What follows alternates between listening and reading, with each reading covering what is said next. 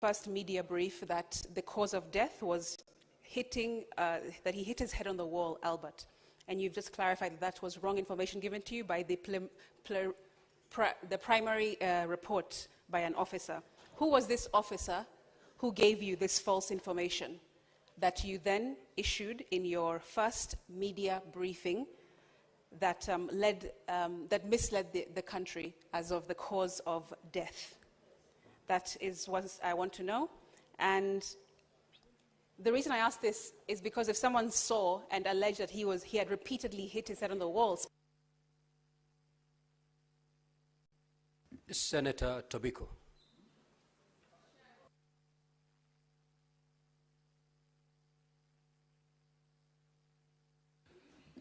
Okay, Senator Asige, don't worry, I'll take care of that. Just have your seat. Senator Tobiko. Thank you, Mr. Speaker. Mr. Speaker, I'll be very brief because a number of questions that I had have already been answered in the process. Mr. Speaker,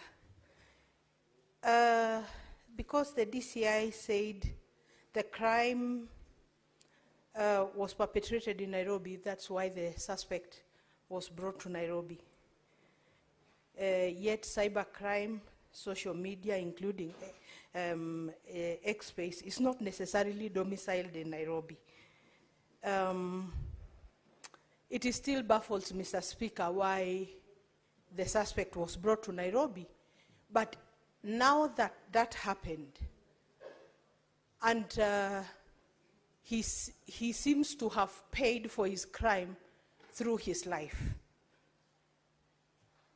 what then, Mr. Speaker, will be the recourse for a murder of this young man who has been murdered by the police?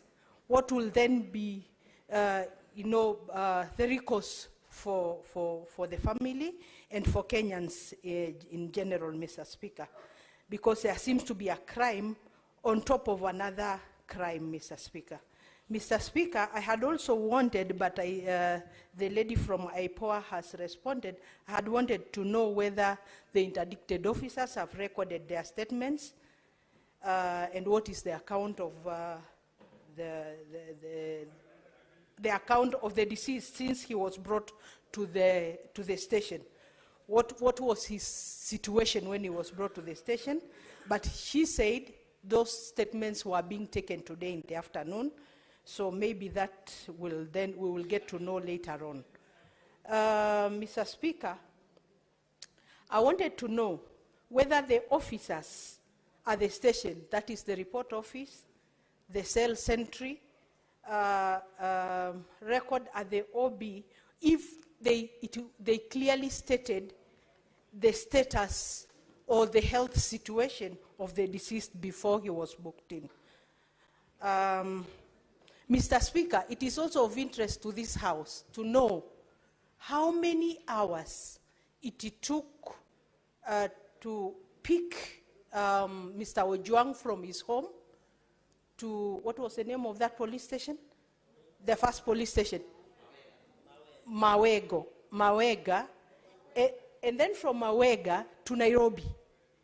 How many hours? Because that seems to have had so many hours in between, so that we know whether that is normal or whether there was a detour to some other place before he was finally booked into Nairobi.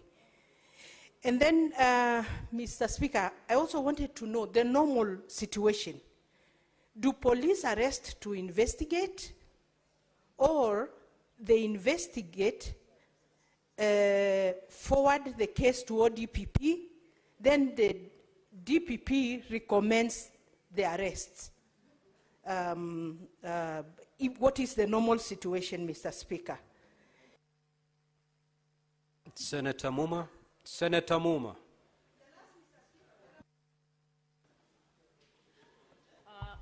Thank you, Speaker. I'll be very quick. First, policy questions to the CS. CS, whatever you might call law or policy in Kenya, it would seem it doesn't work for police excesses. But in your speech, you seem to suggest that currently we are out of the woods on matters police excesses. I would want to ask, do you have any policy review proposals around issues of abductions and extrajudicial killings? Secondly, what is your view about commissions of inquiry and inquests as tools that would be used to investigate police excesses? Finally, for you, does the police have any curriculum on human rights approaches to service delivery? CS, that is different from human rights. Human rights approaches is about how you apply human rights in service delivery. For the IG, DCI, IPOA, severally and together, first, the offense of publication. Why did you not, or why do you not consider inviting the person you think has offended to come to the police station for you to ask them questions? Why do you need to deploy a whole vehicle, and you're complaining about resources, all the way to arrest one person? Secondly, IG, it will be good for you to confirm that what your communication director issued, I don't think it's reached even 2 minutes, please. What your communication director issued is actually, I want you to confirm again that it was a false statement that he issued. Thirdly, does IPOA have an independent forensic lab where you're going to carry your... Senator Kinyua.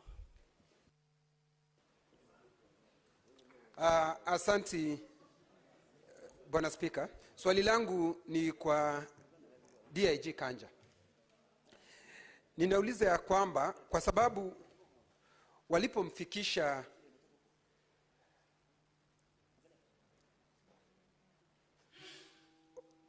Albert Ojwang, walipomfikisha pale Central Police Station, tayari yule ambaye ni afisa mkuu wa pale katika ile police station ambaye anaitwa Talam hakuwako. Inasemekana alipigiwa simu kuulizwa kama atakubali yule Albert Ojwang aweze kuwekwa katika ile seli. Ni utaratibu wa katika polisi zetu, yeye afisa ambaye anasimamia station awe akiulizwa kama mtu yoyote ambaye analetwa katika police station awekwe ndani au la. Hilo ndi swali langu la kwanza. Swali la pili, ya kwamba hawa maafisa ambao walikuwa pale ikiwemo Talam tayari wamesimamishwa kazi. Na Talam hakuwa katika, yeye makosa yake ni kuwa yeye ndiye afisa mkuu katika ile police station ya Central. Tutafika mwisho wapi kuwasimamisha watu kazi, kwa sababu kulingana na mwendo huo afisa mkuu wa polisi wa Nairobi, kwa sababu ako na mamlaka, anapaswa kusimamishwa kazi. Siye huyo peke yake, afisa mkuu wa polisi katika Jamhuri ya Kenya anapaswa kusimamishwa kazi. Kabla tufike hapo,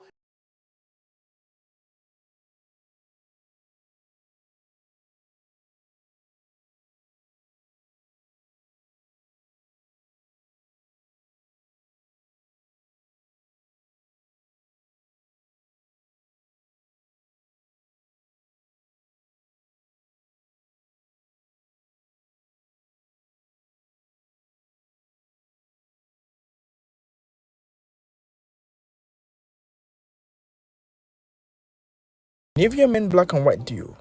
What do I do with 72 hours? Feel confident about my look every minute? Strong stain protection and no fear of sweat and odor. Thanks to Nivea Men Black and White Dew. Now with 72 hours protection. Skin is for embracing life. Nivea Men is for skin.